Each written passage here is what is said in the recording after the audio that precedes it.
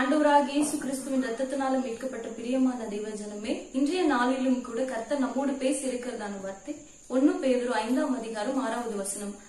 ஆகையால் ஏற்ற காலத்திலே தேவன் உங்களை உயர்த்தும்படிக்கு அவருடைய பலத்த கைக்குள் அடங்கியிருங்கள்.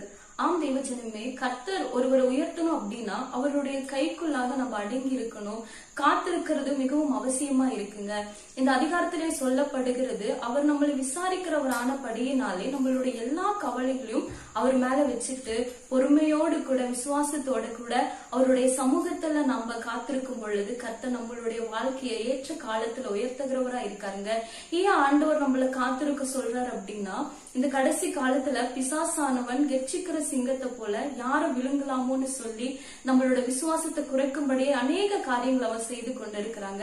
அவனை நம்ம விசுவாசத்துல எதிர்த்து நிக்கணுமா? அதுக்காக நான் கர்த்தர் சொல்றாரு, அவருடைய சமூகத்துல அடங்கி இருக்க சொல்றாரு, அவருடைய சமூகத்துல காத்திருக்க சொல்றாருங்க.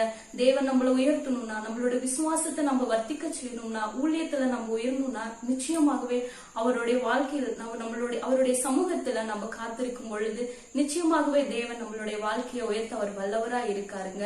இந்த நாளிலும் கூட நம்ம ஜெபிக்கலாமா? ஒருவேளை நீங்க இருக்கிற சூழ்நிலை வந்துட்டு எல்லாமே முடிஞ்சு போன சூழ்நிலையா இருக்கு, ஆனா தேவன் வந்துட்டு நம்மள உயர்த்துகிற தேவன்ங்க. நீங்க காத்திருங்க, நிச்சயமாகவே கர்த்தர் நம்மளுடைய வாழ்க்கையை செழிக்க செய்வார். ஜெபிக்கலாமா?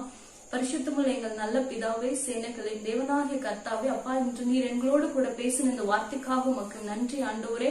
அப்பா தகப்பனே, ஆண்டவரே, எங்கள் ஒவ்வொருவருக்கும் காத்திருந்து ஆண்டவரே பலனை பெற்றுக் கொள்ளுகிற பிள்ளைகளாக நீர் எங்களை மாற்றுங்க ஆண்டவர். ஒருவேளை நாங்க விசுவாசத்துல குறைவுள்ளவர்களா இருப்பாயின் ஆண்டவரே, விசுவாசத்தை வர்த்திக்க செய்யுங்க. முற்றிலுமாய் தாழ்த்தி ஒப்பு கொடுக்கிறேன் இயேசு கிறிஸ்துவின் மூலம் சுபிக்கிற எங்கள் ஜீவனுள்ள நல்ல பிதாவே, ஆமென் ஆமென்.